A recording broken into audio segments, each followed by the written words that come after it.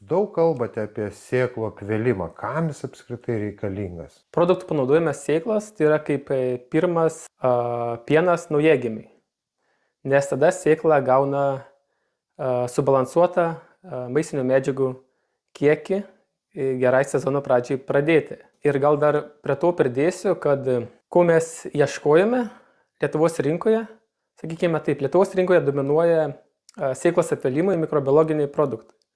Bet klausydami užsienio konsultantų ir studijuodami literatūrą, yra toks dalykas, kad kai ūkininkas nusiperka jau sėklą sėjimui, neturi pakankamai maisto medžiagų geram sezono startui. Ir iš to kilo idėja, kad surasti tokius produktus. Ir jūs radote tokią įmonę, taip? Taip. Kur ją radote? Daug ieškojame, reikia pasakyti. Ir kas mumis įtikino, tai Vokietijos įmonė pavadinimu Seed Forward. Tai yra 2 mokslininkų įkurta įmonė. Ir, sakyčiau, jų pagrindinis privalumas, kad jie specializuojasi tik tais sėklos apvėlimai produktų kūrime. Nes, pavyzdžiui, Lietuvoje įmonės, kurios pardavinėja panašius produktus, sako, ir tinka ir sėklai apvelti, ir tinka per lapus tręšti, ir dar tinka kiekvienai kultūrai. O kaip jūs galite pasakyti? Jiems šitą įmonę taip nemasto ir kiekvienai kultūrai yra sukurti skirtingi produktai. Jeigu dabar klaustumėt, ar mes esame patikrinę Lietuvoje, tai taip, praeitais metais rudenį juos išbandėme Pakruojo rajone ir lyginome su kitų, sakykime, įmonių produktais ir tik tai su ta sėkla, kur tik buvo panaudotas cheminis beicas. Tai aš taip suprantu, kad jūsų kolega tai yra kaip irgi bandomųjų laukelių savininkas toks. Taip išeina, taip gaunasi. Iš visų tų laukelių, ten, kur buvo panaudotas produktas GrainGuard sėkloms apvelti, matėme geriausius rezultatus. Ir aš turiu netgi nuotraukas padaręs Facebook'e ar pas mus tinklapį, galite pasižiūrėti, nes sudegimas buvo, matėsi plika akimi, kad sudegimas buvo geriausias.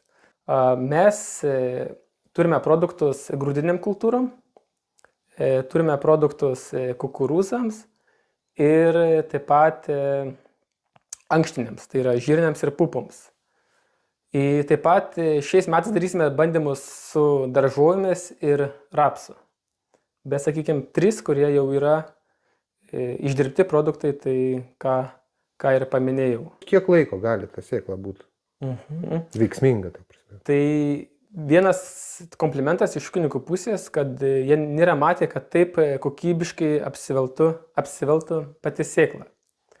Tai vienas dalykas, kiek gali, mes klausime pačių savininkų ir jie atsakė, kad iki metų drąsiai gali ta sėkla apvelta stovėti. Tai yra labai didelis privalumas. Dar ką pasakysiu, kad didžiosios Vokietijos selekcinės įmonės dirba su šita įmonė ir ta įmonė kūrė, sakykime, biškai kitokios formulacijos produktus granai sėkloms apvelti.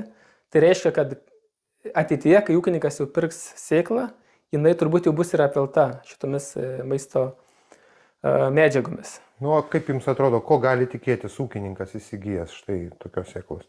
Gali tikėtis teigiamų rezultatų, kur aš čia padariau tokie kaip ir, sakykime, vizualią medžiagą rezultatams įvardinti, bet aš labai noriu pabrėžti, ką mes kaip Agrolapai darom. Mes nesakome tokių dalykų, kaip ūkininkas gali tikėtis 20 ar 30 derliaus priedų. Mes to nedarome. Mes sakome, kokiu gali tikėtis rezultatų, kurie yra pagristi vidutiniais nepriklausomų bandymų rezultatais. Tai jeigu kalbam apie grinai grūdinių sėklų apvėlimą, tai ką ūkininkas pirmą pastebės, tai yra greitesnį sudygimą, po to pastebės, kad jo pasėlis yra lygesnis. Ir tai irgi yra didelė nauda ūkininkui. Po to pastebės, kad šaknis augalų yra didesnis. Jeigu klausimėt kiek, tai maždaug apie 25%. Ūkininkai paprastai nepasitikė niekuom, išskyrus savimi. Kaip jam gauti tą garantiją? Kaip jums atrodo, Kaip jūs galit garantuoti, kad jisai tikrai neprašaus? Tai taip, čia yra toks, sakykime, standartinis klausimas iš ūkininkų. Ar aš investavęs pinigus galėsiu už to papildomai uždirbti? Ką mes galime prižadėti, kad derliaus priedas bus apie 4-5 procentus. Ir tas užtenka to produkto atpirkimui. Bet čia tik tais derliaus priedas, nereikėtų vien orientuotis į tai. Visų pirma, sėkla apvelta ir gavusi maisto medžiagų, tas pats augalas, jis mažiau sirgs, kas bus mažesnės išlaidos automatiškai. Ir kitas dalykas, kad yra padaryta daug bandymų su tuo, kad jeigu jau sėklai yra paduodamas aplink ją maisto medžiagos, tai nereikia tiek daug naudoti birių sintetinių trąšų. Kaip mąstyti apie produktų kainas? Nes iš pirmo žvilgsnio gali atrodyti gan brangu. Tai aš galiu pasakyti, kad šių produktų kaina hektarų yra apie 20 eurų. Ir kad ūkininkui galėtų už tai susimokėti, jis turėtų tas 20 eurų sumažinti išlaidas sintetiniam biriom trąšom. Ir ūkininkas tikrai dėl to nepraloš, nes tiesiog reikia praktiškai įsivaizduoti, kad pavasarį tas augalas, jis yra labai mažas ir jam tiek daug trąšų nereikia. Ir dar kartą paminėsiu, kad ką augalas gauna pavasarį su tom biriom trąšom, tai dažniausiai tik tais 3 pagrindiniai elementai, o kai kuriais atvejais tik tais azoto. Kai čia palyginimui gauname visi makro ir mikroelementai, plus huminės rūgštys, plus jūros dubliai, amino rūgštys ir dar daug medžiagų.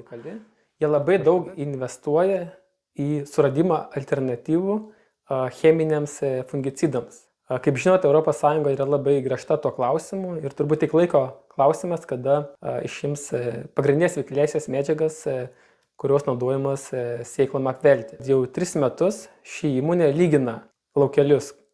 Vienoje pusėje yra naudojamas cheminis fungicidas, o kitoje pusėje jų produktų. Ir galiu pasakyti, kad derliaus atžvilgiu yra geresni rezultatai su Seed Forward produktai. Bet ką patys sako vokiečiai, kad reikia kažkur 10 metų bandymų, kad galėtų tai įrodyti. Bet pirmieji signalai yra labai pozityvus.